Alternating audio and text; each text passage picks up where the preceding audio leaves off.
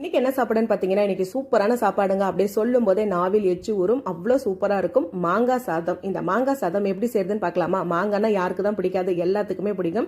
மாங்காய் சாதம் எப்படி செய்யறதுன்னு போய் பார்க்கலாம். மாங்காவை நல்லா கழுவிட்டு இந்த மாதிரி சீவி வச்சுக்கலாங்க. அதுக்கப்புறம் ஒரு பானல்ல 2 ஸ்பூன் கடலெண்ணெய் விட்டுட்டு 1 ஸ்பூன் கடலைப்பருப்பு, தேவையான அளவுக்கு நிலக்கடலை போட்டுக்கலாம். அப்புறம் கடுகு, சீரகம், கொஞ்சமாக உளுத்தம்பருப்பு வந்து போட்டுட்டு இது எல்லாத்தையுமே வந்து நல்லா பொன்னிறமாக வந்து வறுத்து எடுத்துக்கலாம். அந்த பொடி இந்த பொடி எதுவுமே வந்து இதில் சேர்க்கவே தேவையில்லை. இந்த மாதிரி செய்யுங்க, சூப்பராக இருக்கும். அதுக்கப்புறம் நல்லா ஒரு பெரிய வெங்காயத்தை வந்து கட் பண்ணி நல்லா போட்டுக்கோங்க. கருவேப்பிலை போட்டுட்டு காரத்துக்கு தேவையான அளவுக்கு பச்சை மிளகா, காஞ்ச மிளகா ரெண்டுமே வந்து போட்டுக்கோங்க. சூப்பராக இருக்கும் டேஸ்ட்டு. அதுக்கப்புறம் வெங்காயம் நல்லா வதங்கினதுக்கு அப்புறமா நம்ம சீவி வச்சிருக்கிற மாங்காவையும் போட்டுட்டு கொஞ்சமாக மஞ்சத்தூள், கொஞ்சமாக உப்பு, அவ்வளோதாங்க. வேற எதுவுமே வந்து போட தேவையில்லை. அதுக்கப்புறம் சாதத்தை நல்லா வடித்து ஆற வச்சுக்கலாம். இதில் அந்த பொடி இந்த பொடி எதுவுமே போடவே தேவையில்லை. அப்படிலாம் போட்டோம்னா இதோட டேஸ்ட்டே வந்து மாறி போயிடும். அவ்வளோதான்.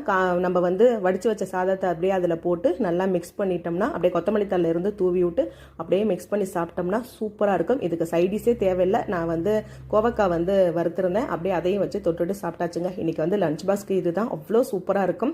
அப்படியே அந்த சாப்பாடை வந்து நம்ம எடுக்கும்போதே அந்த மாங்காவோட வாசம் அவ்வளோ டேஸ்ட்டாக இருக்கும். சொல்லும் போதே எச்சு ஊறுது. அப்புறம் என் பொண்ணுக்கு வந்து ஊட்டி விட்டேன். அவ்வளோ சூப்பராக இருக்குனாரு. எங்கள் வீட்டுக்காரர் தான் வீடியோ எடுத்துட்டு இருந்தாரு. நாங்களாம் சாப்பிட்றத பார்த்தோன்னா அவருக்கு வந்து எச்சு ஊறிடுச்சு. எனக்கும் கொஞ்சம் கொடுங்கனாரு. அப்புறம் அவருக்கு ஒரு வாய் ஊட்டி விட்டேன். அவரும் சூப்பராக இருக்குதுன்னாங்க. நீங்களும் ட்ரை பண்ணி பாருங்க.